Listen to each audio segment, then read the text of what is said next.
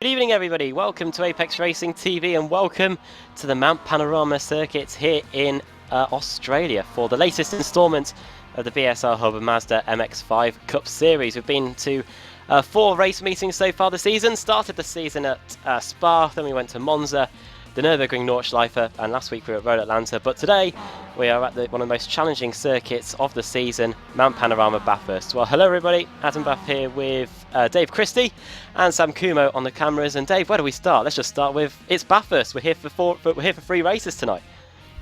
That's right, Dan. Thanks very much, and good evening, everybody. I'm so worried about tonight. Out of all the races this season, oh my goodness me, it's too close. It's too tight. The walls are too narrow.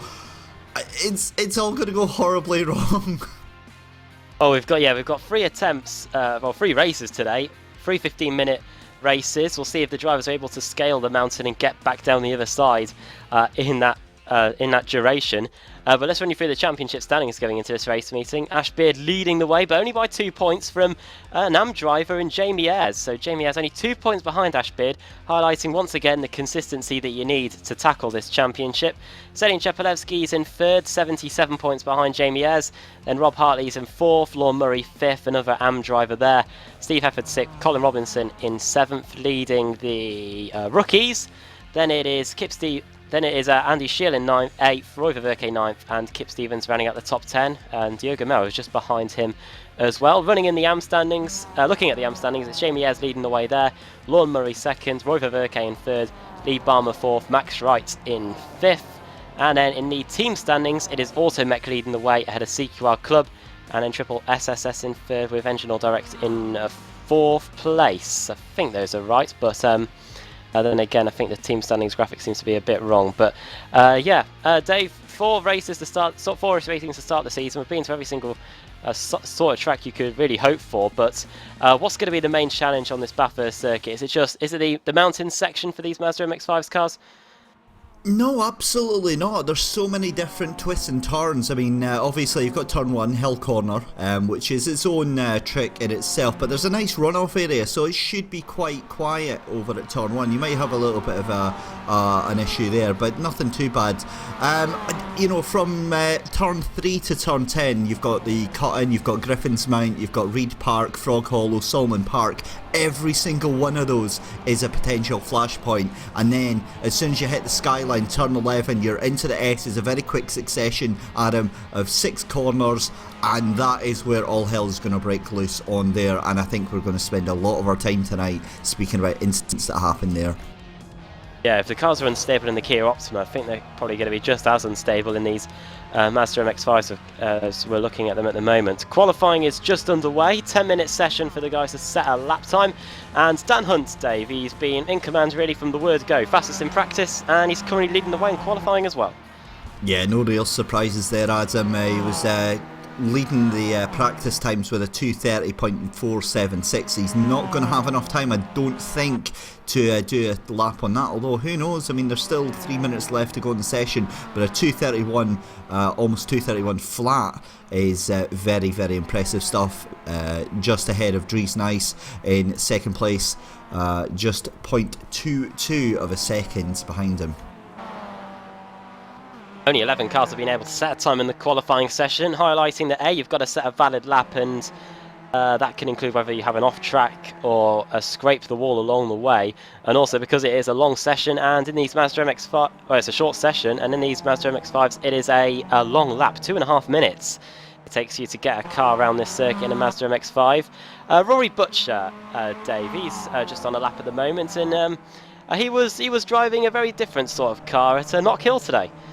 Yeah, well, he was being driven in a different car. Yeah, so he was in a Skoda S2000's rally car this afternoon as a co-driver, and it was promoting one of the events that we've got coming up in February. But yeah, it was very, very interesting to see him as a passenger in a very, very fast car, and he was certainly being thrown around the rallycross track that we've got up at Knock Hill, and yeah, I think he enjoyed himself. So hopefully that mad sideways sliding skill that's shown off in rally is going to pay off tonight here. Yeah, I wonder if he's still running on adrenaline. He's just put the car into 4th place as Rob Hartley comes across the line and improves on his time, a 2:31.8. 2:31.8, I should say, as he comes across the line there. And he's just improved to a 2:30.9, I do believe. Yeah, that's just put him into 2nd place, Rob Hartley. So getting closer to Dan Hunt's time, only a 1/10 of a second away inside the final minute. So he will have another lap to get a time in. Dries Nice in 3rd, Rory Butcher, as we were saying, in 4th, Andy Shiel in 5th, Stephen Bloking-Jones 6th, Jamie Ayres in 7th, Lon Murray 8th, Ashbeard in 9th, championship leader, Pete Newman 10th. Ashbeard then, Dave, he always seems to be hanging around the lower regions of the top 10, but he's still the championship leader, only by 2 points, but we always say it at the beginning of each broadcast, but he's showing what you need to do, just get finishes on the board. Yeah, and maybe he's deliberately finishing or qualifying down the order because, you know, it's the MX5 Cup series. It's been known for having its incidents, so it doesn't matter about how fast you are, it's about getting those consistent race wins and consistent race finishes. Even a 2nd or a 3rd is better than a DNF, Adam.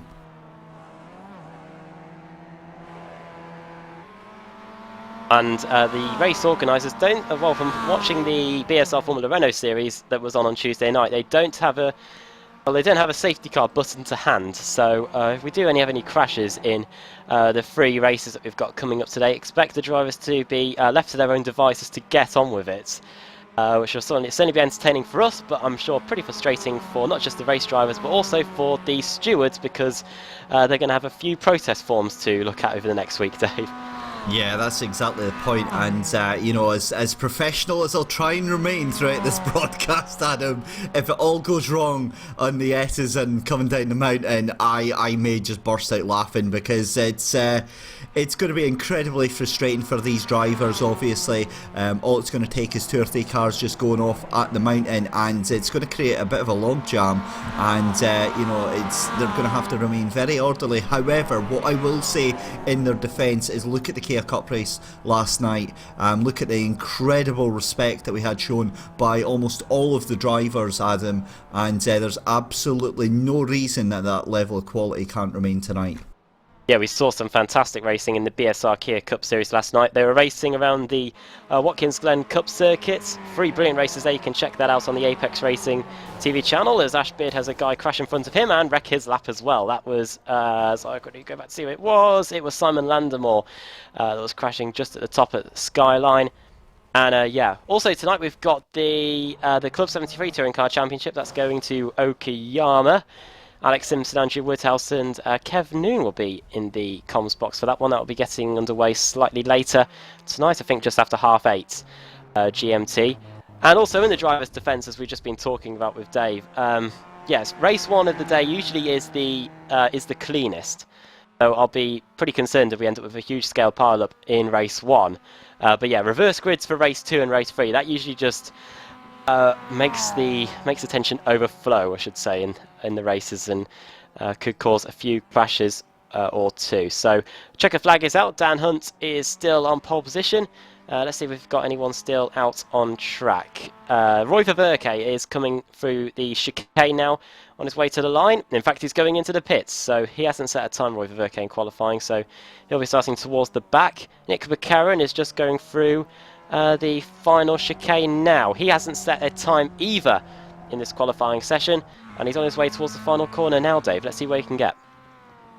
Yep, it's going to be very interesting. Got a couple of cars still on track from what I'm seeing at the moment. I'll double check on those and I'll get back to you in just a second, Adam. But Nick McCarron managed to put it up into 14th place. A good lap there by Nick McCarron. Good 4 seconds though off the pole position time. However, compared to the times we were doing last night at Watkins Glen, which were hundredths and thousandths of a second apart, 4 seconds shows understandably the gap, the distance of this track anyway, 6.2 kilometres. iRacing says there's 23 corners, but I assure you there's probably more than they say. Conditions today at Bathurst in New South Wales, Australia, 21 degrees ambient temperature, 23 degrees track temperature. Early morning conditions for the opening race of the day, so the tyres won't be getting too much of a workout. But yeah, let's run you through the starting grid then for race 1 here at Bathurst. Dan Hunt starting on pole position, Rob Hartley second, Dries Nice starting on the second row of the grid in third with Rory Butcher in fourth, Andy Scheel in fifth, Stephen Blokinger starting in sixth, Jamie Ayres 7th, Lorne Murray 8th, Steve Hefford 9th, and Ash Beard, championship leader, rounding out the top 10. Pete Newman starting in 11th, Steve Walker 12th, Cesario Rizzo in 13th, Nick McCarron 14th, Matt Webb 15th, 16th Mario Girard, Jan Mervik in 17th, Colin Robinson 18th, leading the Rookie of the Year contenders there. Then at 19th Rob Graham and Michael Parks rounding out the top 20. Jörg Dankert in 21st, Simon Landemore in 22nd, Lee Barmer 23rd, Simon Roden 24th, Matthew Keeber in 25th, 26th Alex Smolensky, Brian Holmes 27th, Alex Lauritsen 28th, these cars all not setting a lap time by the way, Nathan Davis 30th, Lee Deemer 31st, Max Wright 32nd, Jim Flanagan in 33rd, Thorstein Helgerson 34th, Kevin Woods in 35th, and Michael Barry not setting a lap time starting in 36th place. Are starting to form up now, Dave. Looking at the way that Dan Hunt's commanded everything so far, have you got to really say that he's a shoo-in for this opening race victory? Had he had the pace that he did in the practice session compared to everyone else, would have said yeah. Robert Hartley is going to absolutely give him a run for his money right now, because it's one thing to get a nice fast lap in, but given the toll that you can get off these MX-5s and given how bunched together everybody is, absolutely not. This is all to play for right now. We've got so many cars here at the Bathurst circuit today that the last car, Michael Barry, is starting on the entry into the pit lane. That's how far back it goes. Of course, the 8 Supercars use a staggered grid, with all the cars starting together on the same row, as you can see here, completely different. And now we're getting ready. Yeah, so not too much longer to go, Adam, and all the cars thankfully taking their position on the grids. And what about yourself? Any drivers standing out for yourself? I'll go for Rob Hartley. We were talking about him at the beginning. Of course, they've got to get around this track. There's going to be about 2.5 minutes in a 15-minute race. We're only going to have a few laps, 6 or 7 really, at the most in these Mazda MX-5. So yeah, I'm gonna put some money on Rory Butcher. Watch it all get thrown away, but yeah, don't rule out Rory Butcher. Here we go then. Seconds tick down to 0. The 5-second board gets shown to the drivers. Now the lights are on.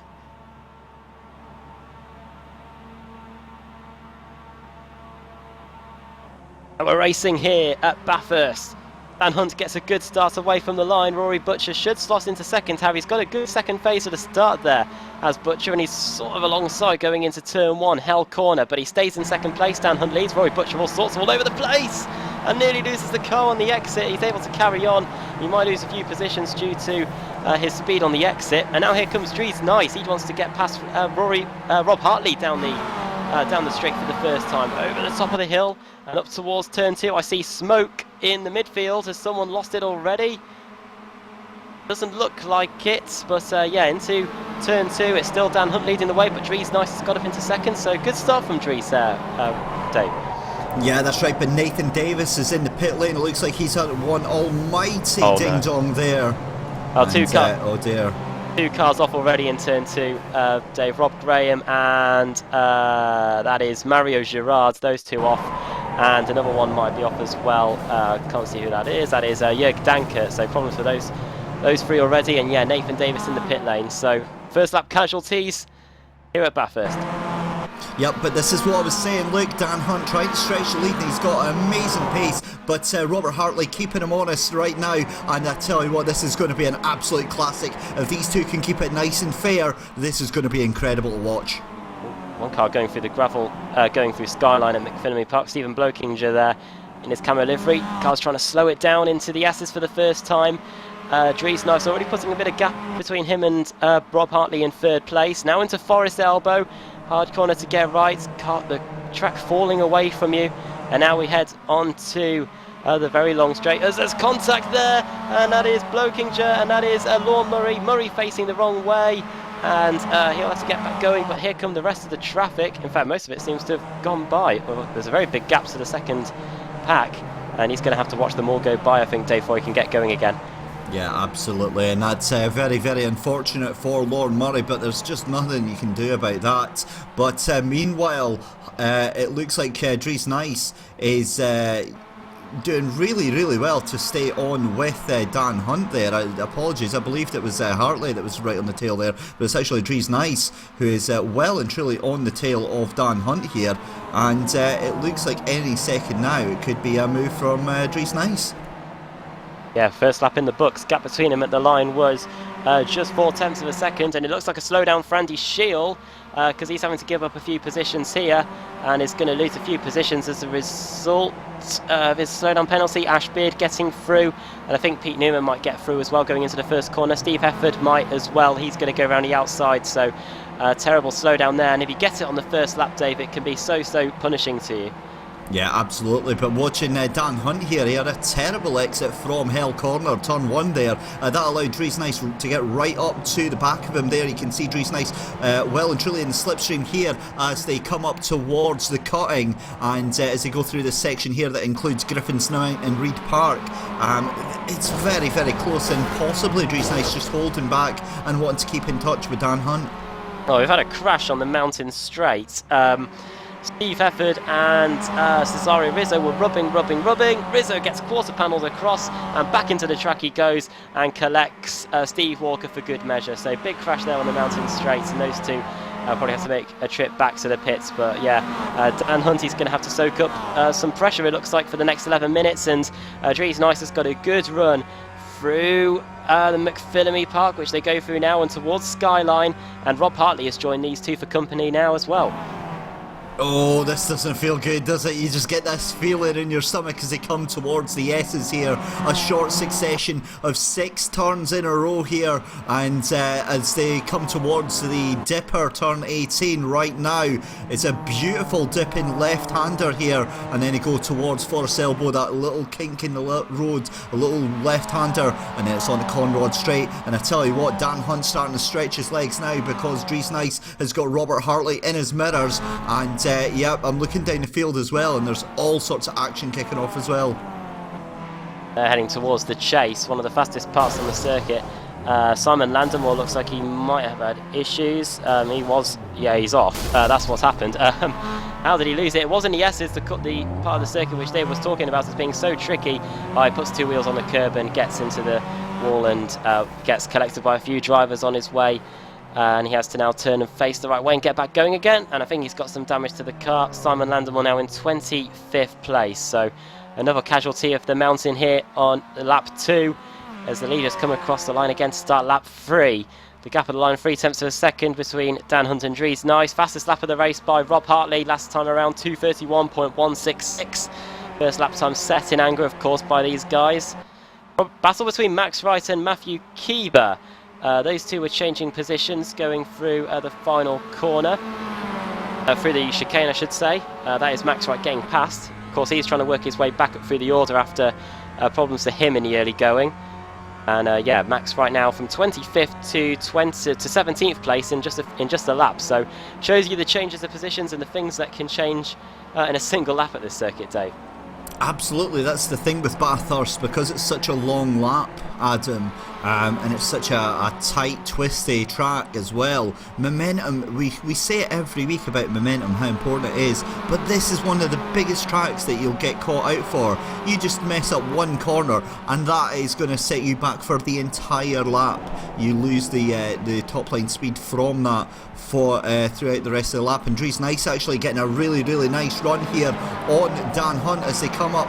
I believe that is going to be coming up towards Skyline any second now. They're at the John Hinksman Vista, and the car's sweeping rounds here. Indeed, they come up to Skyline going towards the S's, and it's very, very close. But you see there, Dries Nice dropping back again into the clutches of Robert Hartley. Oh, I heard some contact. I don't think it might have been Dan Hunt. It was Dan Hunt. Look at that left front, Adam. That's a definite contact with the wall there. Now Dan Hunt seems to struggle through the mountain section, but once he gets onto Conrod Straight and the mountain straight, he seems to have just enough of an advantage that he can hold the chasing pack at bay. But yeah, we were seeing during the lap that Dries Nice was able to get right onto the back of Dan Hunt through the tight and twisty stuff, but Dan Hunt obviously on it, clipping the wall at the dipper, and that sustained a bit of damage to the front of his car. Might affect the straight line speed and might affect the aerodynamics just a little bit. But yeah, an early warning shot for Dan Hunt that he's got to make sure that he has it all under control at the front on lap 3 of the race. Pretty much half race distance. I was trying to do some maths during whilst Dave was talking just a moment ago, and yeah, it looks like we'll have about 6 laps worth of racing here in the 15-minute race. So Dan Hunt's about to start lap 4 here, and Rob Hartley has probably got the pace to get past these guys as well, because he was the fastest guy last time around. We'll see what the lap times are like this time as they go through the final corner. Dan Hunt comes across the line, does a 2:30.9. That's the fastest lap. What do the other guys do? Dries Nice 31.0 and a Rob Hartley does a 2:30.9, so 9.85, so only 5 thousandths of a second slower than Dan Hunt, but these three running the quickest lap times at the moment out front, Dave. Yeah, and one of the other surprising things is we keep mentioning that every time about that battle for the lead. When it's 3 cars, it's always the third car who's got to work the hardest, right? Look at Robert Hartley, he's got the pace to be up there, absolutely no question, right? But he's holding back because he knows that Dries Nice is pushing a little bit harder than maybe Dries Nice is able to cope with. But Dan Hunt making mistakes unforced as well. All Robert Hartley has to do, sit back, stay with him, let them take each other out, and he can just cruise by to take the win. Annoyingly for Dries Nice, as we were saying, he's so quick around this section of the course, but there is literally nowhere through to get through unless he shoves it up the inside somewhere, and then he's putting his participation in the race into his own hands. Through the quarry section of the circuit we go, and now through towards McPhillamy Park. Through this left-hander, very deceptive and very hard to get right. And now through McPhillamy Park, over the crest and towards Skyline and the beginning of the Esses complex of corners, which has got so many drivers out so far today in the three laps that we've had. Here we go, this is where Dan Hunt sustained his damage a lap ago. Builds a bit of ground through this section. This is probably where Dan Hunt's at his quickest. But Dries Nice is probably as close as he's ever been now to Dan Hunt. He needs to get a good run through here, Dave, to get a run down the Conrod Straight. Yeah, but he was late on the brakes there. The car wobbled under braking there, and he lost out big time to Dan Hunt. Dan Hunt able to stretch the legs, and he'll have to wait until next time round. You just saw that car on the entry there, Adam, to the dipper. You saw the tail end wobbling about a little bit. That's the car struggling for grip as the camber and the attitude of the car changes completely. But deceptive camera angle there, because it looked like Dries Nice just closed up massively on Dan Hunt there. He's got the gap under 0.2 of a second going into the chicane, but no way through for any of those guys. Ash Beard and Pete Newman are going side by side down the Conrod Straight. So is Steve Hefford and Andy Shield. There could be a change of position on here, as up the inside goes Steve Hefford, late on the brakes. He is loving it in the Mazda MX-5 at the moment, and he gets through. Just a little bit of contact between him and Andy Shield there in the chase and the chicane, but Steve Hefford through up a position into 8th place. Yeah, fantastic move there from Hefford, but still watching this action at the lead, I cannot take my eyes off this right now, because watching Dan Hunt going a little bit wide there on turn 1, that seems to be his style there. Rory Butcher is, you were tipping him earlier on, and he's just quite happily sitting there in 4th place, keeping on the pace, but he's happily doing his own thing. But meanwhile, this 3-way car battle for the leads is making its way up towards Quarry and the Cutting as we speak, and it's going to be nip-tuck all this way around, because we've seen Dries Nice is faster at the moment than Dan Hunt. It's just whether or not Dan can actually hold off Dries. Fastest lap on the last lap was set by Rob Hartley, 2:31.5, which was quicker than Dries Nice and Dan Hunt, but he's still got nothing. He can't do anything with it, because Nice and Dan Hunt are in the way, going over the top of the hill through the cutting and through Quarry, and now back down the hill towards McPhillamy Park. Dan Hunt still doing all he needs to do. I think when we get to the line we should be starting the final lap of the race. With left-hander, car wobbles about, car gets unstable at the front, 2 wheels onto the curb. Dan Hunt puts in on his Mazda MX-5, now over the top of the hill, through Skyline, into the Esses section again. Now the dipper here. Car moves away, and now towards Forest Elbow. Dan Hunt just got enough in the car that he can keep it in the lead. And Rob Hartley can't do anything about taking second place either. I think for Dries Nice to take the lead, he's going to have to hope for Dan Hunt to make a mistake through Forest Elbow, because that is keeping him in the lead at the moment. Yeah, it's a fantastic race from these three, and you know, doesn't matter what way it turns out, Adam, it's been a fantastic performance, and I think the three of them will be delighted taking first, second and third respectively. But you know, racing's racing, it's never over until the final lap, and you're seeing the immense speed that Dries Nice is catching on Dan Hunt here, and you're going to wonder if there's going to be a late last minute lunge possibly from Dries Nice. Personally, I doubt it. I don't think either of the three of them are stupid enough to make a move like that and risk taking themselves out and possibly other people, but it'll sure make for interesting racing on this final lap, Adam. Dan Hunt v Ashbeard into the chicane, and that is a good move round the outside there from Steve Hefford, and he is through, and he might lose a place. Ashbeard to Andy Shiel as well, the man that had a slowdown at the end of the opening lap of the race, trying to get some positions back here, but Beard holds out round the outside. Oh, onto curbs goes Andy Shiel, and Ashbeard is going to have to try and go around the outside again through turn one as we start the final lap of the race. Alex Smolensky just behind those guys has got past Stephen Blokinger, so that is Alex Smolensky through and up into the top 10 positions, and Ashbeard has got the move, has managed to hold off Andy Shiel, I should say, for now. So Beard stays in 8th place, Steve Hefford up into 7th place. Next on his hit list is Pete Newman. We'll see if we can get him on the final lap of the race, as Dan Hunt again starts the final lap. 1 minute 38 left on the clock. He's still trying to hold off Dries Nice. He was the fastest man last time around out of this lead trio. 2:31.186 for Dries Nice, 2:31.261 for Dan Hunt, our race leader. And here comes Nice actually. Dave, he's trying to look around the outside. He might try and get a run through this right-hander now. Oh, he's got Dan Hunt right where he needs to be. He's trying to get on the defensive hit. Yeah, he's. I think this is mind games right now. He's wiggling all over the place, letting Dan Hunt know he's there. It's a very, very nice line. But the man I'm watching is Robert Hartley. He is just absolutely cruising this right now. He's just waiting for something to happen, because I'm watching the lines that he's taking so smooth, and you're seeing that's where the speed's coming from. And yeah, this is going to make an immense last part of the race, because they're coming down through the S's now. They're going to come towards the Dipper and Forest Elbow, and there's only 3 corners left to go. Right, Dan, Dries Nice has got to get the run of his life here out of Forest Elbow. Oh, so close to the wall, and in fact Rob Hartley does brush it. Sparks flying off his Mazda MX-5 there. Half a second is the gap between these two. We've got 30 seconds left on the clock, so actually it might be a close run thing whether we get another lap or not, but I think it should just finish by the time we get to the start-finish line here. Dries Nice closing. The gap is now 0.2 of a second. He might get it down to 1 by the time we get to the chase. I think he has. Here comes Hartley. Hartley's coming as well. Into the chicane we go. No way through 3 of them. And Dan Hunt has got a half a second advantage. Clock reaches 0 now, so this is the final lap. Into the chicane, into the final corner, sorry. Rob Hartley might fancy his chances of taking second place. He's going around the outside of Dries Nice, but who's going to win the race? It is Dan Hunt. He comes through, takes a checkered flag, and he's going to win the opening race of the day here at Bathurst. Second just was Dries Nice, third Rob Hartley. Rory Butcher will come through on his own and finish in 4th. Jamie Ayres just holding off Pete Newman, who has just kept Steve Hefford at bay as well. Those guys will finish 5th, 6th and 7th. Ashbeard 8th, Andy Shiel 9th, and Alex Smolensky will round out the top 10. Dan Hunt's doing all he needed to do there then, Dave, and yeah, it was close at the end, but Dries Nice, he could have possibly had a little lunge up the inside, but he thought better of it and was able to just get that second place at the end.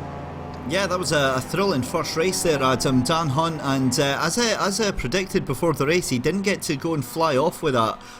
Very surprised it was Dries Nice that actually held him to account, and I feel a little bit sorry for Robert Hartley, who obviously had the pace there, but just obviously couldn't get past Dries Nice. But again, massive shout of respect to the 3 drivers there. They didn't pull any silly, stupid moves during that race there, and yeah, it was a nice, clean, respectable race and really enjoyable. Still coming across the line. Lorne Murray is about to finish now. He got turned around, of course, in the Forest Elbow corner just before the Conrod Straight. He comes across the line, started 8th, finished in 24th place. We lost Colin Robinson has dropped down the order because look at the state of his car. He's got no front end, and he's going to come across the line and finish in 25th place. I've got to be honest, Adam, I think that's some chewing gum and a bit of duct tape that's holding that car together right now. That car, the steering wheel is actually pointing 45 degrees to the right just to keep it in a straight line. And he doesn't even bother turning left. He's just going to go straight on. Mazda will give him a new car for race 2, so it's all good. Lee Deemer comes across the line, 27th place. And I believe Rob Graham is going to come across the line now, just ahead of the Apex Racing car of Nathan Davis, who had issues early on, and Jörg Dankert, who was off in Griffin's Bend, turn 2 on the opening lap of the race, comes through there. Steve Walker, who got innocently involved in the collision on the mountain straight, is going to be the last car across the line in 31st place. So we'll run you through the finishing order then. Dan Hunt takes the win then. Dries Nice finishing second, benefiting from that good start and a good run through turn 1 hell corner. Rob Hartley really paying the price for that. He probably could have won the race, but because of being stuck behind Dan Hunt and Dries Nice, he wasn't able to exploit his pace and finished as the final guy on the podium. Roy Butcher on his own, really. 6 seconds between him and Rob Hartley, and a good 8 seconds between him and Jamie Ayres, who finished in 5th. So a relatively comfortable ride to the rest there from him. Pete Newman finishing in 6th with Steve Pepper 7th, Ash Beard 8th, Andy Shield 9th, and Alex Walensky rounding out the top 10. Stephen Blokinger finishing in 11th, Nick McKerra in 12th, Matt Webb in 13th, Brian Holmes 27th to 14th, so a good fight through the field from him. 13 positions gained. Jan Mervik finishing in 15th place, 16th Jim Flanagan, again a 16 spots for him, 33rd to 16th. Max Wright also 32nd to 17th. Roy Ververke finishing in 18th, Matt Kieber finishing in 19th, and Michael Parks in 20th. Thorstein Helgerson 21st, Kevin Woods 22nd, Laura Murray there finishing, Lee Bum in 23rd, followed by Laura Murray in 24th, Simon Landemore 25th, Colin Robinson, the Rookie of the Year contender, finishing in 26th place, Lee Deemer 27th, Rob Graham 28th, Nathan Davis in 29th, and 30th Jörg Dankert, with Stephen Walker, the last car on the lead lap, in 31st. Then Michael Barry and Simon Roden, 32nd and 33rd respectively, both 1 lap down, so we get a full reverse grid. Those guys will be on the front of the grid. Cesare Rizzo finishing 3 laps down. He was involved in that collision on the mountain straight, got a good quarter panel incident there. And Mario Girard was out in Griffin's Bend on lap 1 of the race, and he finished 5 laps down, so he won't be scoring any points. And Alex Lauritsen didn't take the start. Well then, it's time for the first reverse grid of the day to set the grid for race 3, round 14 of the BSR Mazda MX-5 series. Sam Kumo will get the Wheel of Fortune out, and we'll find out who is going to be on the pole position for the second race of the day. We'll see if we get a full reverse grid. That'll be interesting. It is a full. There we go, Dave. We have got 33 cars reversed for the second race of the day at Bathurst. How about that? Sorry, just taking a little breath of gasp there. It's, yeah, 30, what's that, 34 cars, 35 cars going to be reversed? 36? Yeah, 33 cars, yeah. Yeah, that's just going to be mayhem, especially given that it's some of the guys that had incidents in race 1 that are down towards the bottom of the field that are now going to be at the top. Oh wow. That's all I can really say, Adam. Oh wow. We'll wait to see what happens in the second race of the day. We're going to take a break here on Apex Racing TV and iRacing Live. Do make sure you stick around, because you do not want to miss 33 cars reversed for the second race of the day in the BSR Mazda MX-5 series. So join us after the break. We're going to be on the grid for the second race at Bathurst.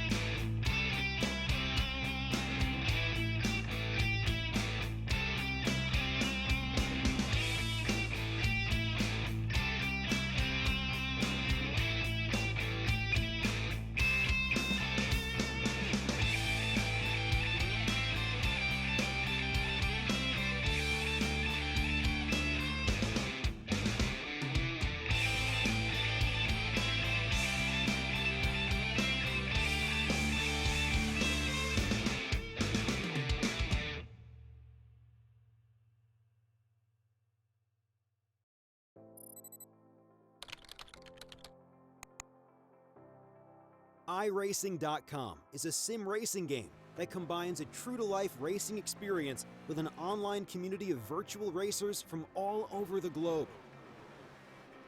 iRacing offers a multitude of officially licensed cars and tracks, laser scanned with millimeter accuracy. Their car models and mechanical systems are based on real-world physics and engineered in cooperation with manufacturers and race teams. iRacing's web-based interface allows members to compare stats and test drive any combination of car and track instantly. Their skill license system ranges from rookie to pro, ensuring members are always pitted against those with similar skill sets.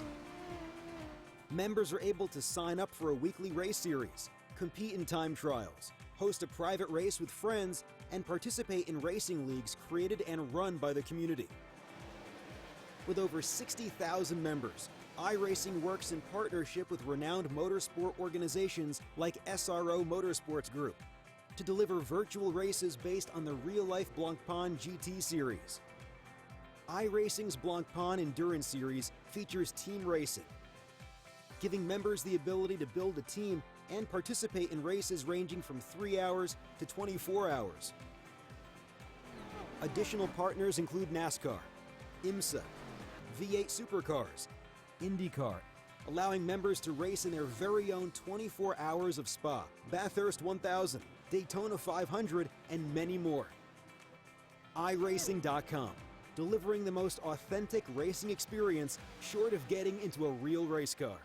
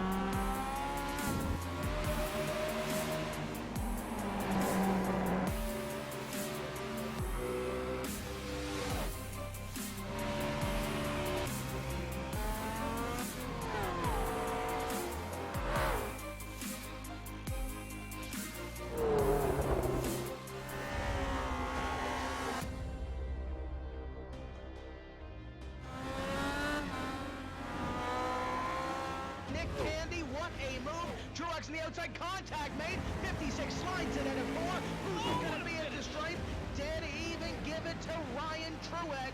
Truex is your winner over Tandy.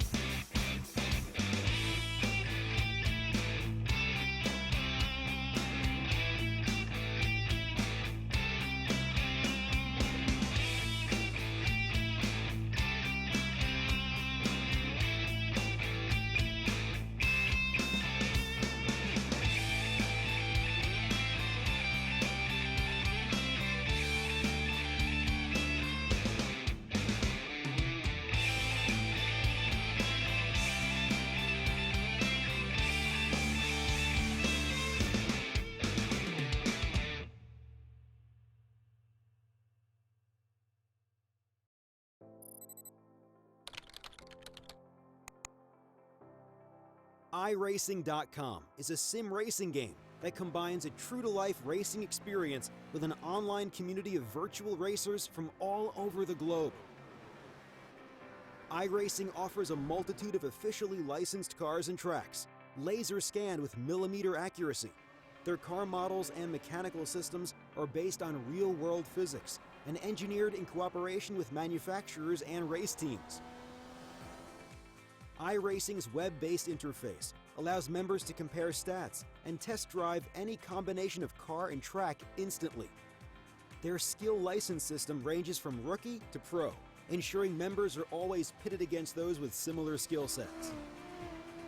Members are able to sign up for a weekly race series, compete in time trials, host a private race with friends, and participate in racing leagues created and run by the community. With over 60,000 members, iRacing works in partnership with renowned motorsport organizations like SRO Motorsports Group to deliver virtual races based on the real-life Blancpain GT series. iRacing's Blancpain Endurance Series features team racing.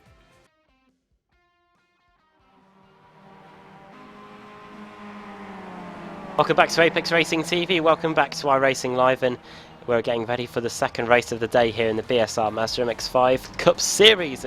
Intriguing first race, great battle between Dan Hunt, Dries Nice and Rob Hartley, and we've now got a full reverse grid to contend with. 33 cars getting reversed, and who is going to take the victory in the second race of the day? Adam Bath here once again with Dave Christie and Sam Kumo on the cameras. And Dave, the lead trio, we're in a class of one here, but I think it's going to be completely different here because we've got 33 cars reversed, and those guys, I doubt, are going to find their way too far forward in the second race.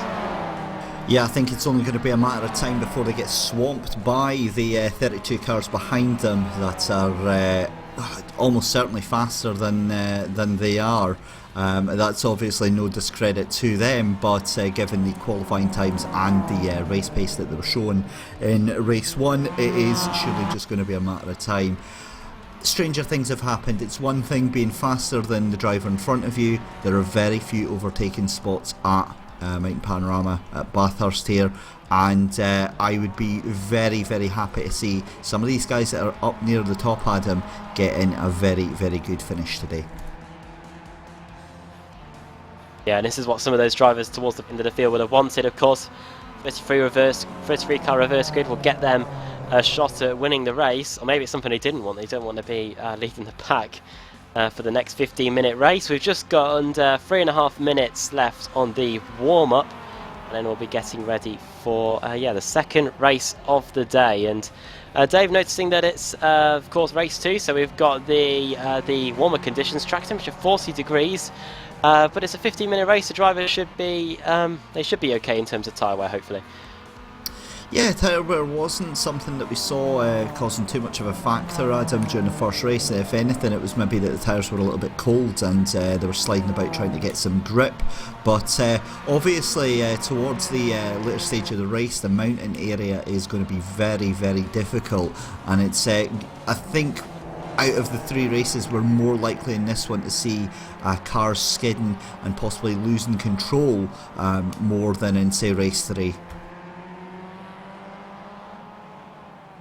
Haven't got long to go then, and the conditions for race 3 will be, of course, late afternoon conditions. We try to vary things up here in the BSR series, and the drivers will be getting all sense of the conditions here, and they might even throw in an overcast conditions for race 3. And when the Kia Optimus raced here a few seasons ago, it was absolutely chaotic to say the least. And I think, we saw some pretty crazy racing in the first race, not as in small doses really, Dave. There was a situation down the mountain straight where Cesare Rizzo got taken out whilst racing with Steve Hefford down the mountain straight, coming together down the straight and quarter panelling each other. So some questionable driving in the first race as well.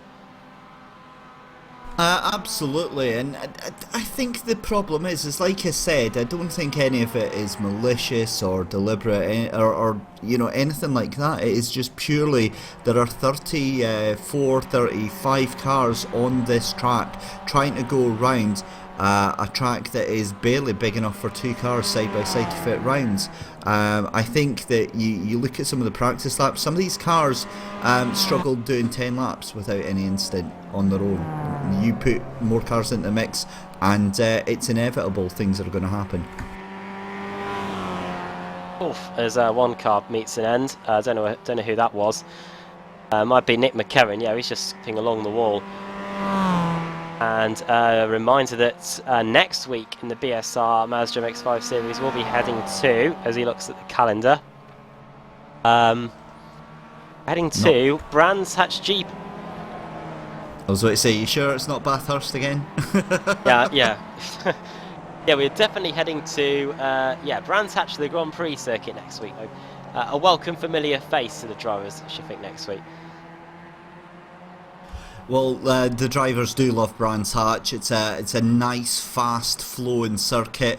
It suits the MX-5 very, very well, and we do see lots of thrills and spills anytime that we are at Brands. So yeah, it should be a good week next week, but that is providing that all the drivers safely negotiate this week.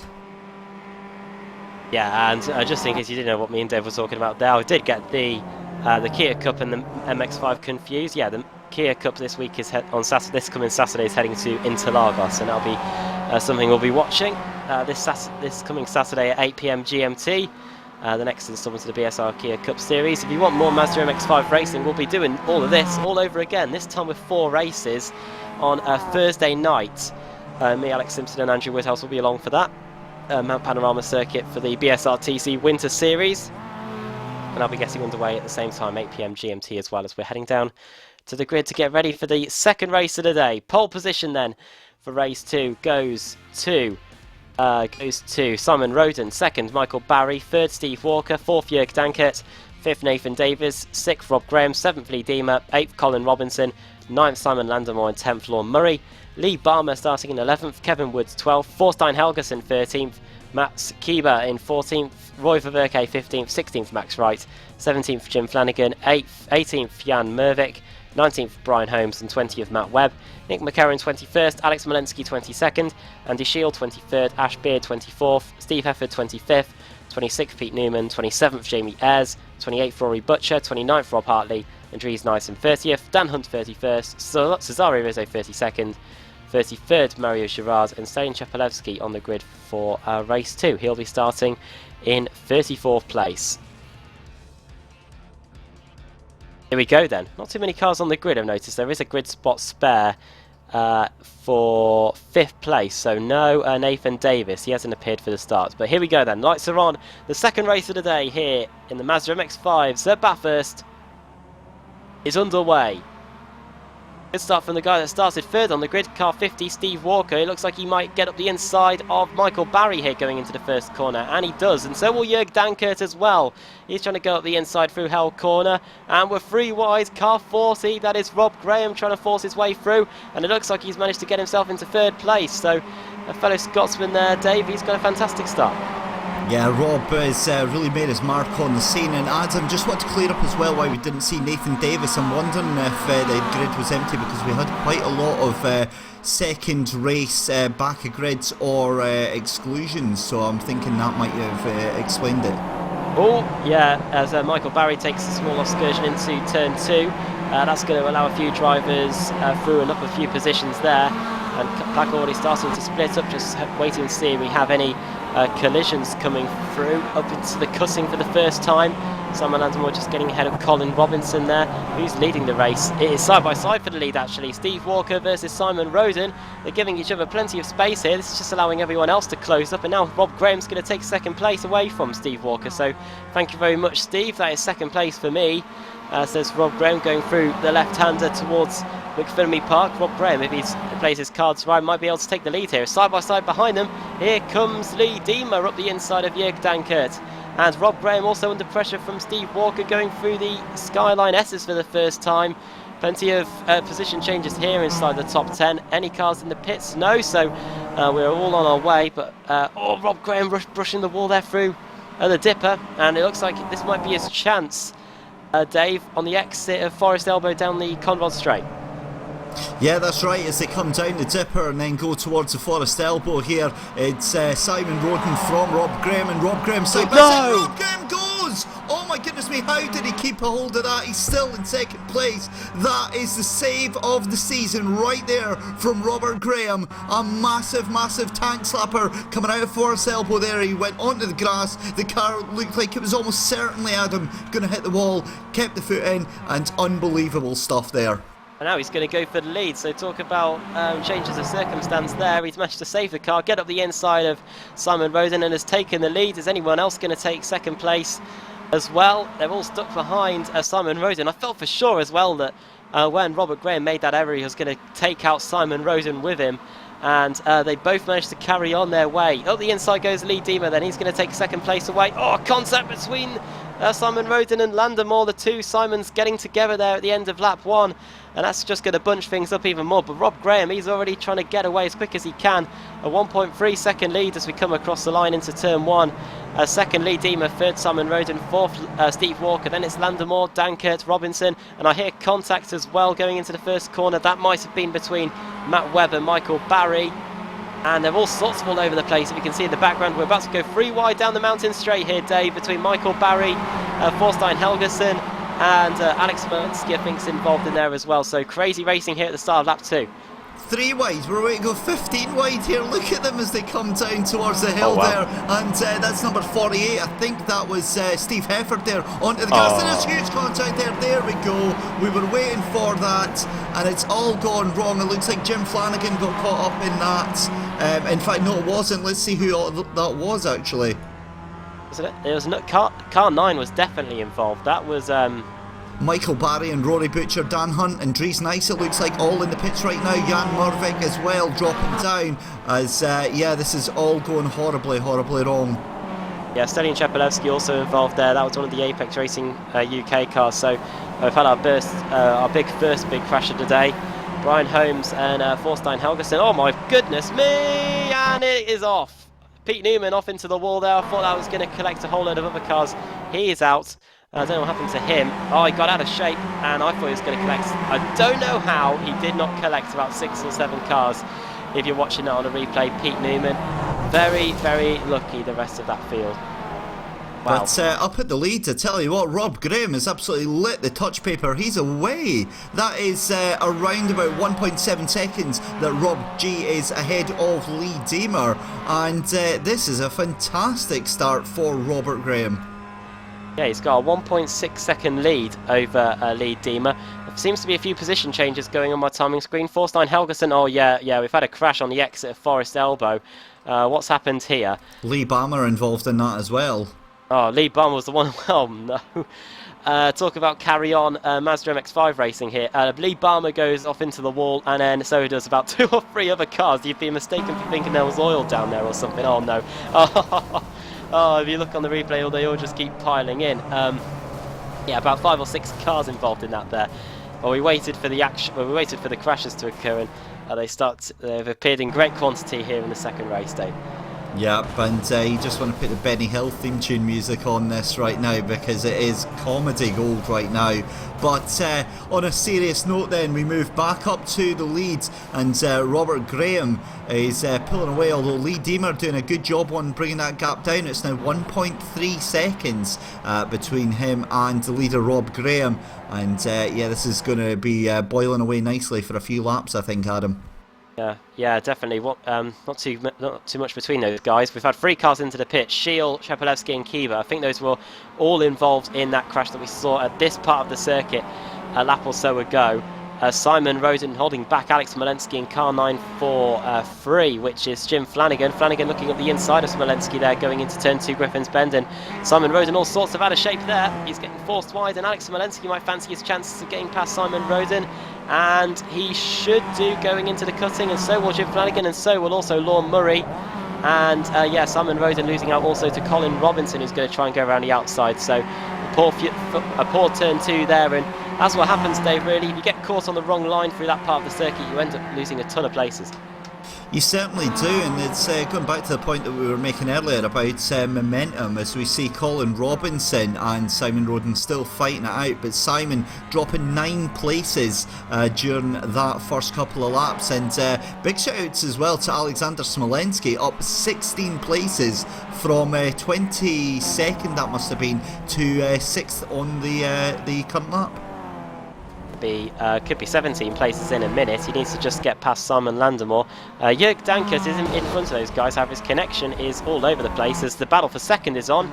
Here comes Steve Walker. He's going to take that place away from Lee Diemer there. And Jörg Dankert continuing to blink in and out. It will surely start to get a bit distracting for Simon Landemore, who's not too far behind him. But here comes the battle for second again. Here comes Lee Diemer. He might fancy his chances of taking that second place back as we head towards the chase. Yeah, Walker takes the place from him, it looks like, and moves back into second place. He's going to try and get the cut back in towards the final corner, or is Walker going to try and outbrake and go for the lead? He does, late on the brakes there. They're side by side then as they come over the chase here, and it's going to be very, very interesting there because Stephen Walker takes the lead, and it could be Lee Diemer trying to get past number 40 there as well. Robert Graham getting absolutely mugged. They come down towards the final turn here, and it is Robert Graham moves past, sorry, excuse me, it was Lee Diemer that moved past Robert Graham there, and Robert Graham in the space of 1 lap goes from first to third without any real mistakes. I'm sure the gap was about 2 seconds between Rob Graham and Lee Diemer at the start of lap 2. Now he's in third place. Lost a ton of time on that lap, but yeah, 2:37 actually for Steve Walker on lap 3 of the race. A 2:40 for Rob Graham, shows you where the time was lost. Simon Landemore's just has lost a few positions. I think he might have just got turned slightly in the first corner. Adam, just to interrupt as well, look at the front left of Robert Graham there. There's quite a bit of damage there, so I'm wondering if he's brushed the wall, and that's what's caused him the damage. Very well be, yeah. I don't know whereabouts that was on the lap. It could have been in the opening sector or two, because yeah, he's now down to third place. Steve Walker up 2 places from the start. Lee Diemer up 5, so he's had a good second race so far. And once again, it's the same as race 1. We've got 3 cars battling away for the lead. And it's Jörg Dankert, whose connection issue seems to have settled down a little bit now. He's in 4th. Alex Smolenski, though, he is a man on a mission. Let's see how close he can get to Jörg Dankert on this lap. And then after that it is Jim Flanagan, Lorne Murray, Colin Robinson, and then Simon Landemore, with Steve Hefford rounding up the top 10. Already up 15 positions, Steve Hefford, after that. Relatively good result in race 1. Fantastic start for Steve Hefford. We've seen him doing really well this season, but keep your eyes on Robert Graham. That front left damage is actually now giving him suspension damage. You can see it, Adam, whenever he turns a left-hander there, as I see Jörg Dankert still with the connection issues. He's plopping about all over the place there, but back to the point I was making, Robert Graham, when you see him turn a left-hander, you see that front left picking up because of that suspension damage. He is really struggling with that car, although Lee Diemer wouldn't let him see that one. I wonder what happened to Lee Diemer there, because he's just completely dropped back from Stephen Walker. Yeah, he had a horrendous Forest elbow. He was taking completely the wrong line. I don't know if he overshot the corner, but here comes Rob Graham then. He's going to take second place away from Lee Diemer. If he can get a good run through the chase, he might have suspension issues, but he's still carrying on regardless. But Lee Diemer's late on the brakes going into the chicane at the end. Now around the outside goes Rob Graham. Oh, there's a bit of contact, left rear to right front between those two. And Rob Graham now through into second place. Alex Smolenski has got past Jörg Dankert. So Smolenski now up 18 positions and is up into 4th place. Wonder if he can crash the podium party here. He seems to be lapping relatively quickly. Coming through the final corner now to start lap 5. So not too long to go here in the second race of the day. And Alex Smolenski definitely a man on the move. Yeah, Smolenski with fantastic pace, and it looks like Lee Diemer is going to try and make the move again on Robert Graham. Robert Graham shuts the door in the most dramatic sense possible there, and Robert Graham holds on to the place there, but you've got to wonder, Lee Diemer was very frustrated by that earlier move. You heard him, or at least I heard him listening to the voice comms, that he was shouting to Robert Graham to hold his line going out the corner, and obviously not happy with how the Scot made the move. Oh, he's looking back up the inside again there into Griffin's Bend turn 2. No way through just yet. Rob Graham continuing to hold his own here after taking that second place away from Lee Diemer. Rob Graham also at 4 positions. He's had a fantastic second race so far. Was leading at one point as well. Alex Smolensky getting ever closer now as Lee Diemer has a little look at the inside through the cutting. And now over the top of the hill. Great circuit here at Mount Panorama, Bathurst. Oh, Rob Graham's really on the defensive now. Lee Diemer looking to the inside. Possibly Rob Graham covers that off. Looks at the inside again. Oh, whoa, and Lee Diemer spins, hits the wall.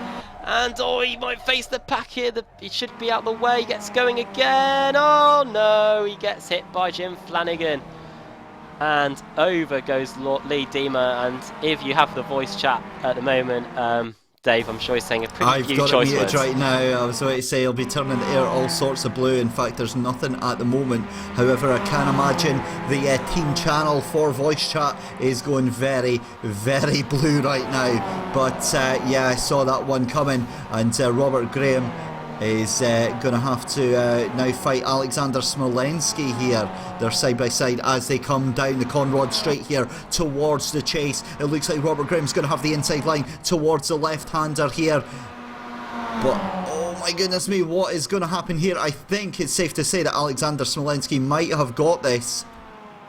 Oh, it's a little check over from Smolensky onto Graham, and indeed he's got it. Smolensky makes the move up into second place. Robert Graham doesn't have an answer to that at the moment, and Smolensky making sure his dominance is felt.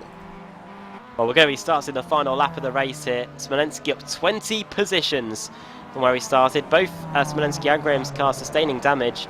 But it looks like Smolensky's isn't affecting him as much as it is for Rob Graham. Ever since he picked up that little bit of damage to the front left, his lap times haven't been as good as they were when he was leading.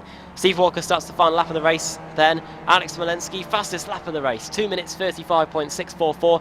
It's a shame really because he's lapping 2 seconds quicker than Steve Walker, but with just 1 lap left on the clock, it's not going to be enough for him to get to Steve Walker unless the leader makes a mistake. So Rob Graham now in 3rd, Jörg Dankert still continuing on in 4th, Colin Robertson up to 5th, Steve Hefford up 19 positions to 6th, Sean Murray 7th, 8th is still Jim Flanagan despite throttling Lee Diemer earlier on in the race. Then it's Simon Landemore 9th and Nathan Davis rounds out the top 10.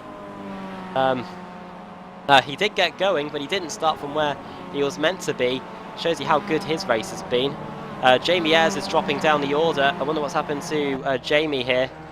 He's off on the exit of turn 1 down the mountain straight. What's happened to him? I blew an engine, that's what it was. And yeah, the car's just ground to a shuddering halt, and yeah, he's out of the race. Good for him really. He's now back in the pits then. But Alex Smolensky, Dave, so far, brilliant comeback through the field. But yeah, I think he's just going to be too far away to get Steve Walker here.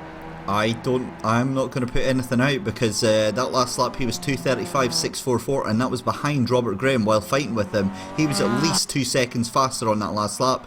Could be 3 seconds here, and the gap is 3.65. I don't think he's going to pass him, but hey, if he gets within earshot of him, who knows? Through Forest Elbow goes Steve Walker. He's on his way now. All he needs to really do is not make a mistake through the chase and the chicane, and he'll be able to take the win here. Smolensky is on it though. He's got the gap to under 3 seconds. See if there's any battles going on here on the final lap of the race. Nathan Davis trying to get past Jim Flanagan here. Flanagan's got an ailing car. The front of that car must be handling appallingly going through Forest Elbow, and Nathan Davis might have an opportunity here going into the chase. He's obviously going to pick up a good slipstream. I'll tell you what, the car behind of Simon Landemore might fancy his chances of getting by Jim Flanagan by the time we get to the line as well. Through goes Davis into 8th. Where is Steve Walker? Here he comes. He's on his way to the final corner. Started in 3rd place, got a good start away from the line, and after Rob Graham made that small contact with the wall, he was able to get the lead and hasn't looked back from there. Steve Walker takes a checkered flag in the 2nd race of the day here at Bathurst in the BSR MX5 series. Smolensky gets 2nd place. 3rd for Rob Graham. Jörg Dankert has survived connection issues to finish in 4th place. And Ash Beard has got by. Oh no! Colin Robertson's hit the wall and he hasn't crossed the line.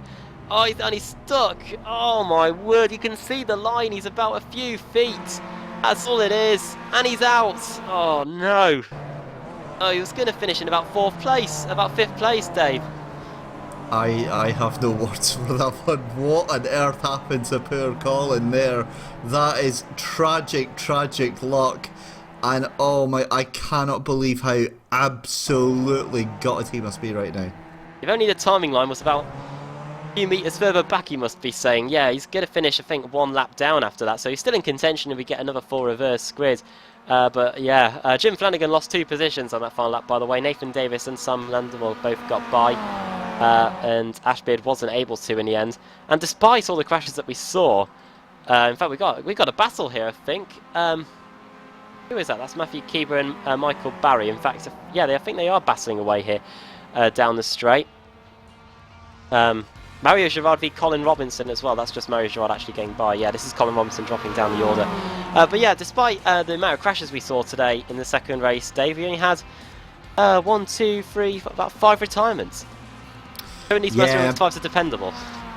Well, the thing is, we had 5 retirements, but I think that there was a lot of carnage in that race. There was a lot of unnecessary action going on, and I think, I mean, obviously, him being a fellow Scot, I think Robert Graham is going to face the wrath of the stewards, I've got to be honest, for that move earlier on in the race. I mean, Lee Deemer was looking to get easily past him there, and it just wasn't to be. I mean, you've got to say that Robert Graham should have seen him in his left-hand mirrors there. They were side by side coming along the corner, and there was just no room allowed for him to come through.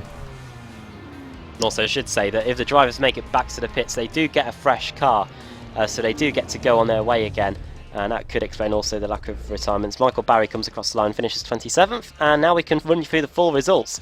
Steve Walker wins the race then. He's on his way back to the pits at the moment. Second for Alex Malensky, third Rob Graham, Jörg Dankert finishing in 4th, Hefford 5th, Lorne Murray finishing in 6th in the end, 7th Nathan Davis, Simon Landemore, 9th Jim Flanagan, and 10th Ash Beard, 24th to 10th for him, 11th for Cesario Rizzo, gain of 21 places, 12th for Rob Hartley, 13th Roy for Rob Hartley, 14th Roy Verke, 15th Max Wright, 16th Andy Shield, 17th Kevin Woods, 18th Stelin Shepalevsky after starting in 34th place, and being involved in a bit of contact as well on the front straight, 19th on the mountain straight I should say, 19th for Mario Girard and Dries Nice rounding up the top 20, 21st for Brian Holmes, Matt Webb 22nd, Jan Mervik 23rd, Thorstein Helgerson 24th, Jamie Ayres 25th, Matthew Keeber in 26th, Michael Barry 27th, the last car on the lead lap. Then it's Colin Robinson who was so close to finishing the race. Lee Barmer also 1 lap down, so those will be the front row if we get another full reverse grid. Lee Deemer finishing 2 laps down, Nick McCarron 3 laps down, Dan Hunt, our race 1 winner, 4 laps down, Pete Newman 5 laps down, and Rory Butcher also 5 laps down, so the man that finished in 4th place also out in the early going. Well, it's time to get the reverse grid then for the final race of the day here at the Mount Panorama Circuits here in Bathurst, Australia. Get the Wheel of Fortune up on the screen, and Samuli Kumo will spin the wheel, and we'll find out who will get on pole position. Final race of the day, race number 15 of the BSR Mazda MX-5 series, and it's 23. So Jan Mervik is going to be put onto pole position here. Matt Webb second, Brian Holmes third, Dries Nice finished in second in race 1 is going to be up there as well, and Mario Girard will be starting in 5th place with Stelin Shepalevsky. Dave, looking ominous. Are you starting in 6th place? Yeah, Cheplevsky's been a monster when it comes to the reverse grids. In 6th place, yeah, given that he gained 16 places, I think that he's got to be a very, very strong contender. Mario Girard, though, doing very, very well as well. So, I mean, it's all play for. Dries Nice had amazing pace in that first race. So, yeah, it's going to be a banger. It really, really is. We'll wait with anticipation to see what happens then. We'll take a break here on Apex Racing TV and iRacing Live. But join us in a few moments. We'll be getting on the grid for the 3rd race of the day, race 15 in the BSR Mazda MX-5 series. Don't go anywhere.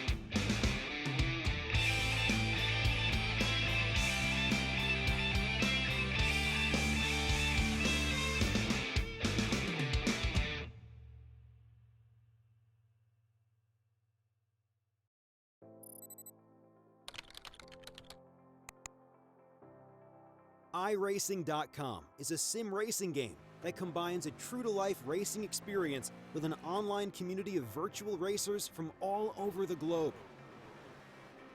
iRacing offers a multitude of officially licensed cars and tracks, laser scanned with millimeter accuracy.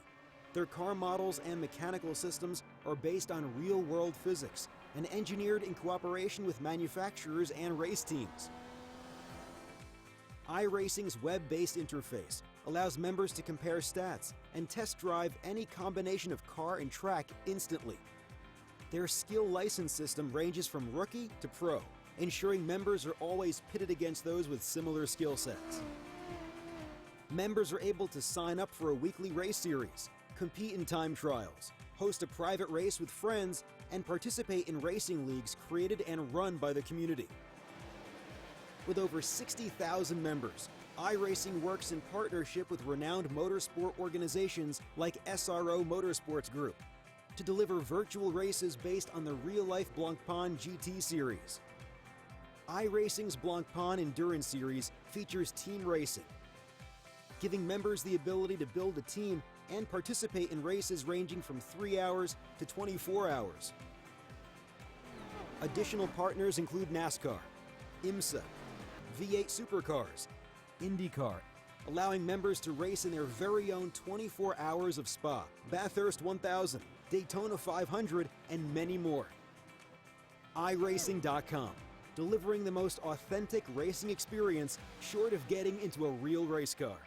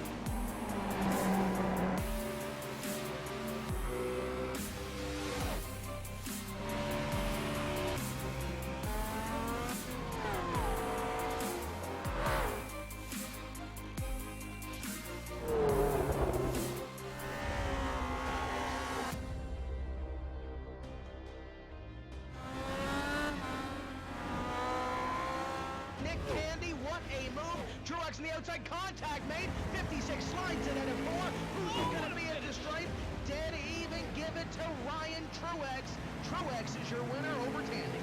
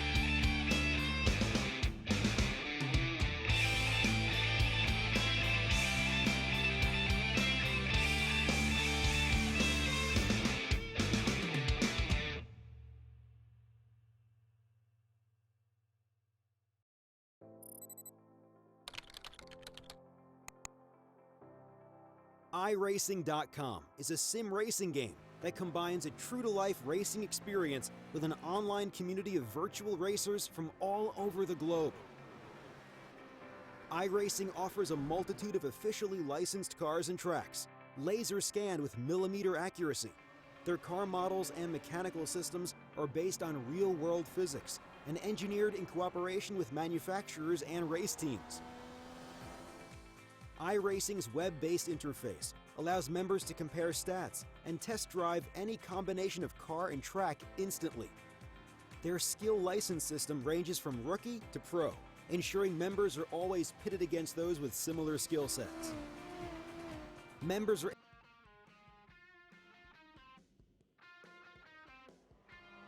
Welcome back to Apex Racing TV and iRacing Live. Sorry about the delay, we've had a few technical issues getting the session up, but we're here now.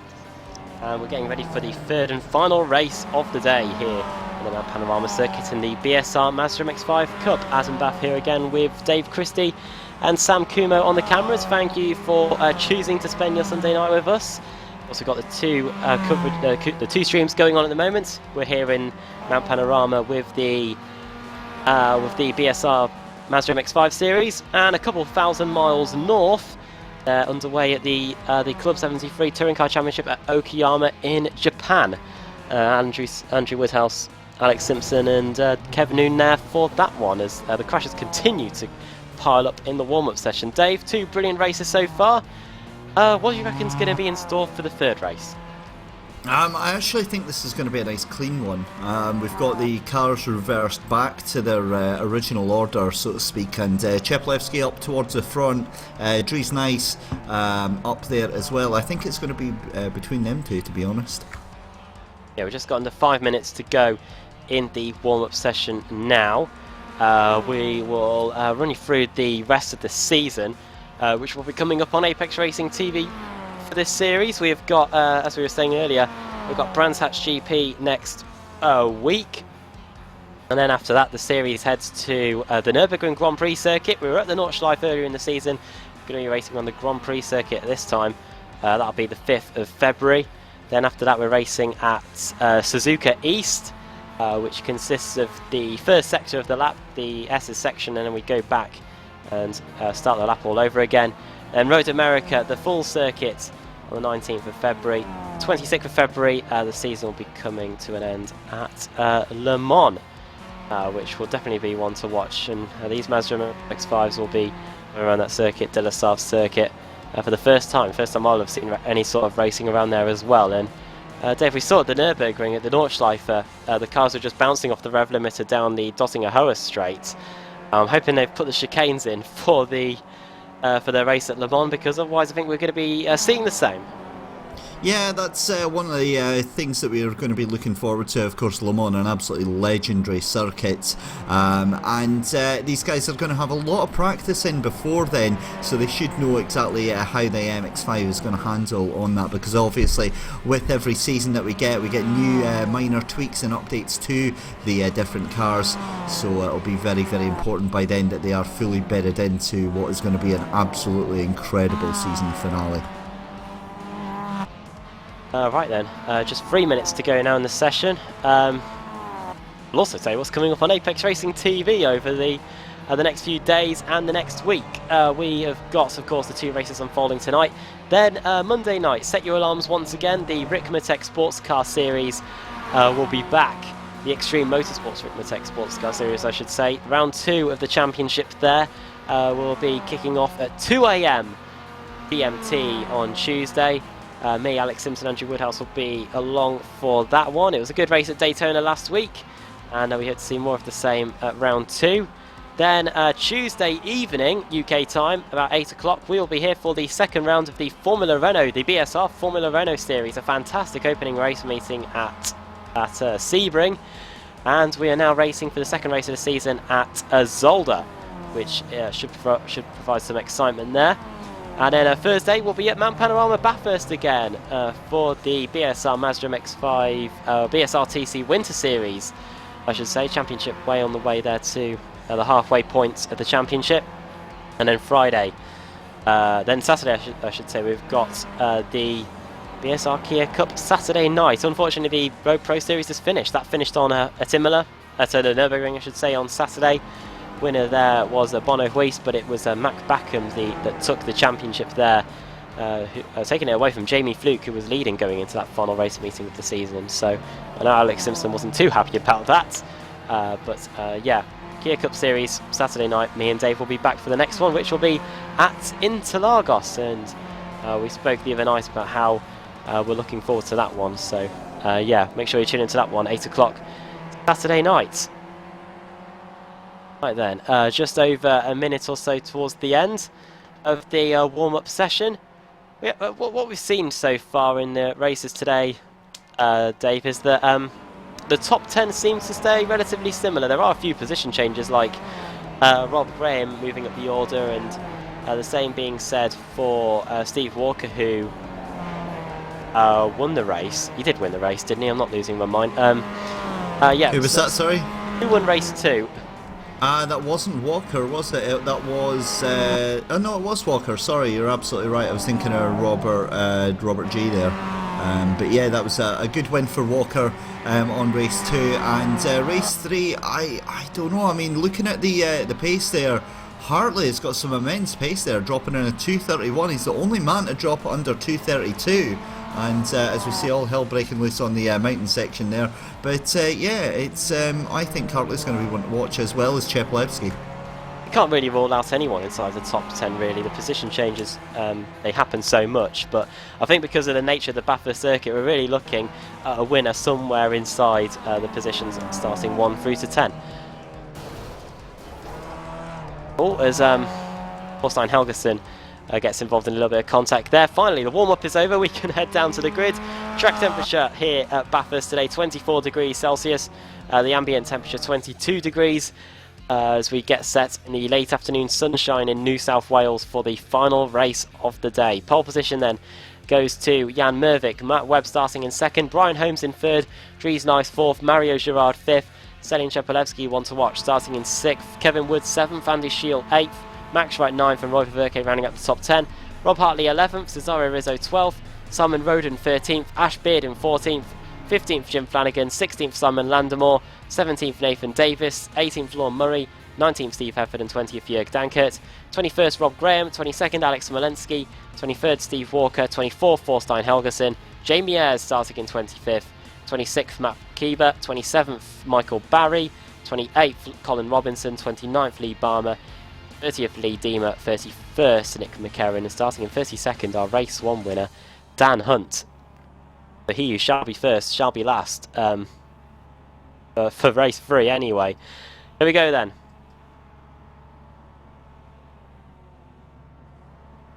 Revs begin to rise, and for the final time here at Bathurst, the green lights on and we're away. Good start away from the line from Jan Mervik. 2nd slots Matt Webb. And Holmes looking like he wants to take 3rd place away in car 8 going into turn 1, hell corner. Watch out for Dries Nice as well. Mario Girard also going at it with Stelin Chepelevsky. Oh, and around goes Rob Hartley. 360 degree spin for him. He's going to get going again, but that's not what he wanted at all. And he's now down the order, down to 24th place. A loss of 13 positions there. Getting turned around in the first corner, Dave. 3 wide as they go down towards Quarry now. Jan Mervik, Brian Holmes and Dries Nice going 3 wide for the leads here. Brian Holmes, it looks like, just taking the lead, number 8. And Dries Nice into 2nd place, gets a nice tight line, but it looks like Jan Mervik's going to get pushed all the way out towards Quarry there. And a fantastic start there from Brian Holmes. And you saw Jan Mervik getting punted. Excuse me. Goodness me, sorry, Jan Mervik getting punted rather rudely up the rear from Brian Holmes on the exit of turn 1, and all that excitement, it's just making me choke a little bit there. Yeah, we're suffocating here in the comms box. Brian Holmes leads then, heading down towards second to the left-hander. Dries Nice is in 2nd place. Stelin Chepelevsky 3rd. Side by side there as Jan Mervik loses another position, out of shape as well. Andy Shield getting through there. Brian Holmes, who won race 3 at Spa in our opening race meeting of the season, leads for the time being now. Could he be about to take his 2nd win of the season? A long way to go here still. 13 minutes left on the clock. Going through Skyline and into the S's for the first time then. Can all the drivers keep it clean? Has anyone gone back to the pits? No one so far. I hear contacts. Who is it though? Might have been Forstein Helgeson. He was looking pretty out of shape there going through the S's, but now out of Forest Elbow, down the Conrod straight and towards the chase for the first time. Brian Holmes got matters all in control at the moment. Dries Nice though, Dave, he was second in race 1. He's found himself in second again here. Yeah, it's been a brilliant first lap here from Dries Nice here, and really eyeing up Brian Holmes here as they come down towards the chase here. That right-hander dips into the left for turns 20, 21 and 22. Any moment after that it's going to be into Murray's Corner number 23, and it's very, very interesting indeed, because there you go, Chepelevsky around the outside here, right on the tail of Dries Nice, and Chepelevsky making a stunning start here, 4 places up already, battling for the lead. Here we go, this is exactly what I called. Round the outside goes Chepelevsky, and he takes the lead through the final corner, so he went from third to first in a matter of 2 corners. Fantastic run through the chase and the chicane, and the run into the final corner by the Apex Racing driver, and he takes the lead into Hell Corner. Second is Dries Nice, Brian Holmes forced down to third position, Matt Webb still hanging on to their coattails in 4th, and then Andy Shield 5th, Mario Girard 6th, 7th Roy Ververke, 8th Jan Mervik, 9th Ash Beard, and 10th is Jim Flanagan as we complete the first lap. Alex Smolensky's going side by side with someone there down the mountain straight. He's going side by side with Simon Landemore, and Dries Nice is going for the lead again. Yep, contact way down the field though. That was number 26, and that was, just trying to find out who that was. That was Lee Deemer getting punted off at the exit, turn 1 there, and he's well and truly wedged into the barrier at the end of turn 1 there. Sorry, Adam. Okay, Lee Deemer, problems for him in race 2, and they just mount up even more in race 3. Lee Deemer has taken the lead away from Stelian Chepelevsky, so Lee Deemer finally gets his chance to lead a race after leading race 1, after being in second place in race 1 earlier. He now finds himself a clean bit of track in front of him. We'll see if Stelian Chepelevsky can chase after him. Brian Holmes is losing ground to that lead duo. He's now having to fend off the attack from Matt Webb, going towards McPhillamy Park. Alex Walensky has lost a few positions. So, oh, crash! It's Landemore. What's happened there? Don't know whether he might have just got taken out. Simon Landemore. What happened? Let's see. Hard to tell there. Oh, he got hit. Yeah, definitely hit by Steve Hefford going through McPhillamy Park, and they're both able to get going again. Amazing how no many other cars were involved in that. But that's put them down the order. Cameron Roden's dropped down the order as well. He's had an issue somewhere. He's now down in 24th place. A few bits of contact there on the second lap of the race day. Yeah, it's all going off behind here, and it looks like Cesare Rizzo and Simon Landemore again. Looks like they've come into contact as well, and it's all going wrong now. Cesare just reversing out into the middle of the grid there and trying to recover the car, but it's not going to happen there. Unfortunate for Cesare Rizzo, but Chepelevsky, as you rightly pointed out, is just behind Dries Nice for the lead here. Stelian Chepelevsky fighting it out for first and second place here, but Dries Nice looks like he settled down. Looks like he got caught a little bit off guard by Chepelevsky that last lap round. No such issues this time round, and it's still Dries Nice in the lead. Dan Hunt's made a trip to the pits. He has sustained some sort of problem, and he's down the order. Jan Mervik v Ash Beard going into the first corner there, side by side. Ash Beard, championship leader, going into this race meeting. He's now under pressure from Jim Flanagan, who had all sorts of damage in race 2, and to be fair, the car's got more front damage again here in race 3. Side by side with Ash Beard down the mountain straight. It looks like he's through, so that's Flanagan into 9th place, Ash Beard down to 10th, and now here comes, is that Max Wright? I think it is, trying to get up the inside of Ash Beard as well. At the same time, Flanagan getting past Mervik, so 2 overtakes, 1 corner there for those 4 drivers, and Ash Beard looks like he's going backwards now, Dave. Yeah, but we also saw the pole sitter Jan Mervik going absolutely backwards like a rock, but back up with the leaders then. Dries Nice has now got Chepelevsky all over the gearbox. Chepelevsky is well and truly making his presence felt right now.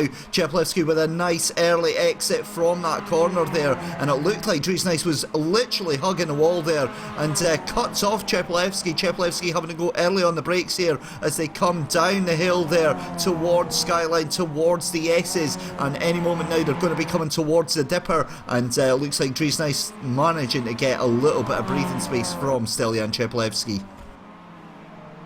Forest out where we go then. Let's see if Chepelevsky can get a good run on the exit. The gap's half a second between them as they head down Conrod Straight. We'll see what downforce and what power Stelian Chepelevsky's got in his car. Let's see what the top speeds are in these Mazda MX-5s then as we head down the straight, reaching 200 kilometers per hour now as we head over the crest and towards the chase. 205 kilometers per hour, reaching 210. 212 just as we go through the right-hander at the chase. No changes there between Dries Nice and Stelian Chepelevsky, but Matt Webb has got past Brian Holmes. That's Matt Webb through into third. Brian Holmes down to fourth place now, and Andy Schill also fancies his opportunity to get in the mix as well. Alex Smolensky versus Jan Mervik. Alex Smolensky through, and he might try and get past Max Wright going into the chicane as well. No way through just yet for Alex Smolensky, but he's definitely a man on the move, Dave. 12 positions already. Yeah, we saw that from the last race, an absolutely outrageous performance from him, and he's going to do a very, very good finish unless he comes into any trouble there. Hopefully he's going to be clean as a whistle throughout that, and we could even see him in the top 5 is what I would predict on that one, because his pace is just absolutely outrageous. Yeah, and he's going around the outside of Max right now into turn 1. Oh, and he is just clear.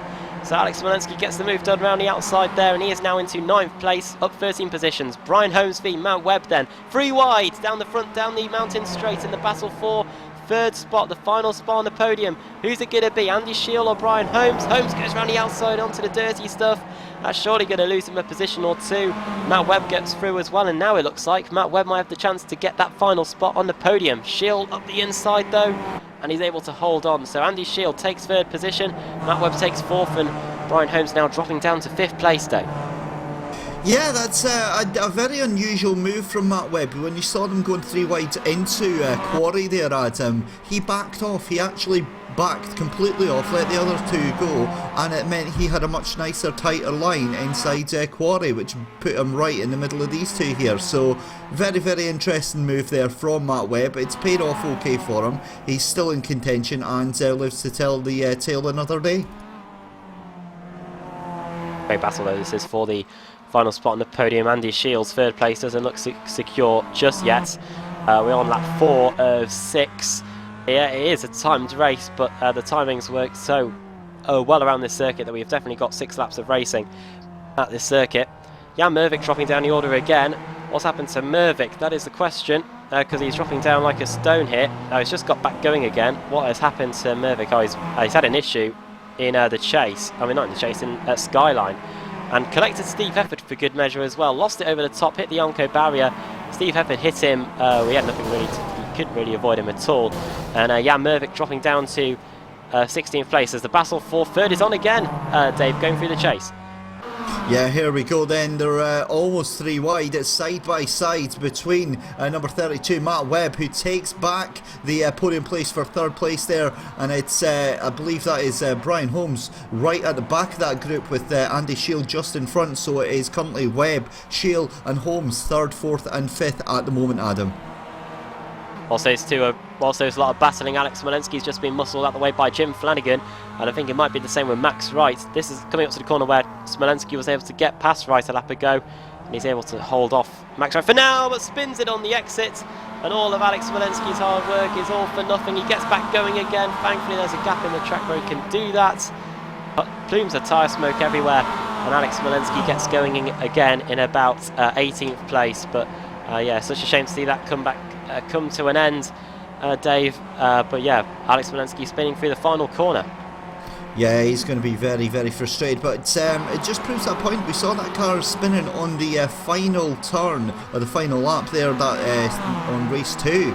So it just shows you it can very, very easily happen. Meanwhile, back up with the leader, Stelian Chepelevsky is like a hunter, stalking Dries Nice right now. He's just half a second behind him, but that gap has remained pretty constant for the past 2-3 laps here, and you've got to wonder whether Chepelevsky is just biding his time, waiting for those 3 minutes to run out to make his move.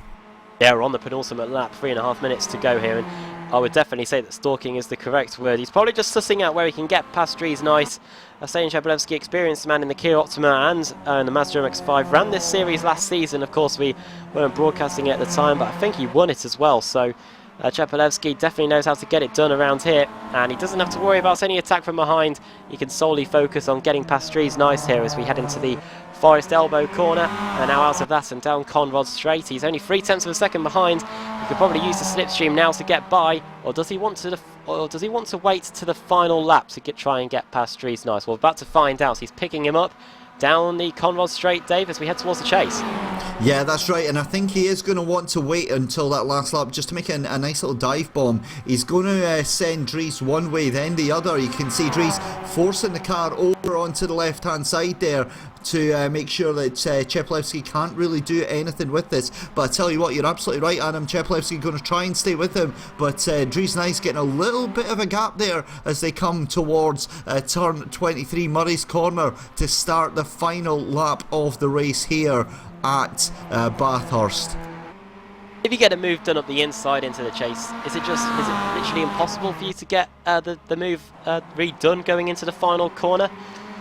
It's quite dangerous because if you do a move on the chase, then you're risking everything going on to Murray's Corner there. The reason being, you do that on the last lap, right? Tensions are through the roof. You're defending for the whole race against the guy behind you. The guy behind you makes a move on the chase, and you're just like, you completely panic. There's no other way than you're going to throw a dive bomb right up the inside of 23. You're going to hold a Hail Mary and just hope that it works, and there's a big chance it's going to take both of you out. Final lap then here at Bathurst. Race 3 of the day here in the BSR Mazda MX-5 series. Adam Bath here with Dave Christie and Sam Kumo on the cameras, about to find out who's going to win this race. We're about a minute and a half away from finding out. Up to the cutting, and Chepelevsky is very late on the brakes. Car 9, the Apex Racing UK driver of Stalin Chepelevsky, BSR TC veteran of course, trying to find a way to get past Dries Nice and get his hands on the trophy here for race 3. Matt Webb still ahead of Andy Shield and Brian Holmes. Then it is Matthew Kieber, who is a lap down. Then it is Roy Verke, Mario Girard up inside the top 10. And it's all sorts of chaos in the battle for the final few spots inside the top 10. Steve Hefford and Jamie Ayres are side by side. And that battle will probably be going all the way to the line. Stalin Chepelevsky and our race leader, then Dries Nice, going through the S's, through the dipper, and on their way towards Forest Elbow. Chepelevsky needs to be slightly closer than that if he wants to try and get the move done on Dries Nice into the chase for the final time. Through we go. It's about half a second. That's probably all that Chepelevsky needs. And now he's going to pick up the slipstream, Dave, as we head towards the chase.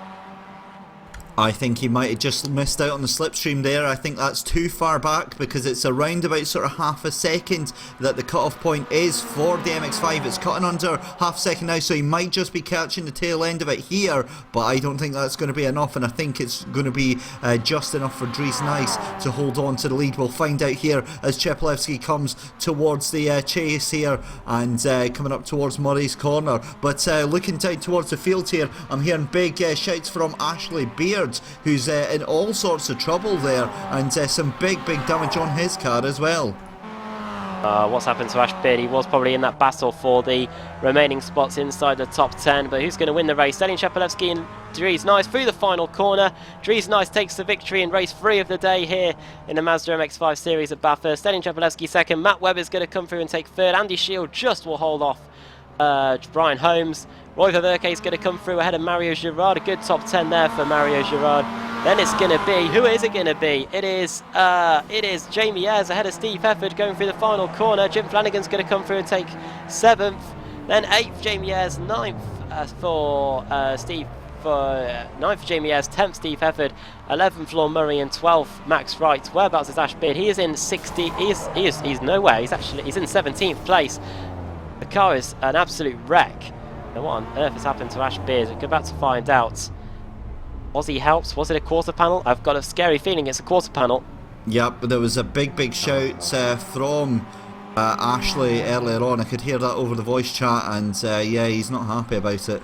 Oh yeah, I don't think he will be. You don't think he should be. Alex Smolensky quarter paneling him on the way towards Forest Elbow. I don't know what was going on there. Maybe Ash Beard should have given him the room if he'd heard that Smolenski was on the inside, but side by side through that part of the course isn't really what we usually expect to see. And I wonder if a protest form will be filled out promptly after that race meeting. If my eyes don't deceive me, Adam, it was either Simon Roden or Simon Landemore on the final turn there, just went straight on and hit the wall and almost flipped the car just as they were ready to come over the line. Yeah, just having a look to see what happened there. It might be Landemore, actually. Let's have a look.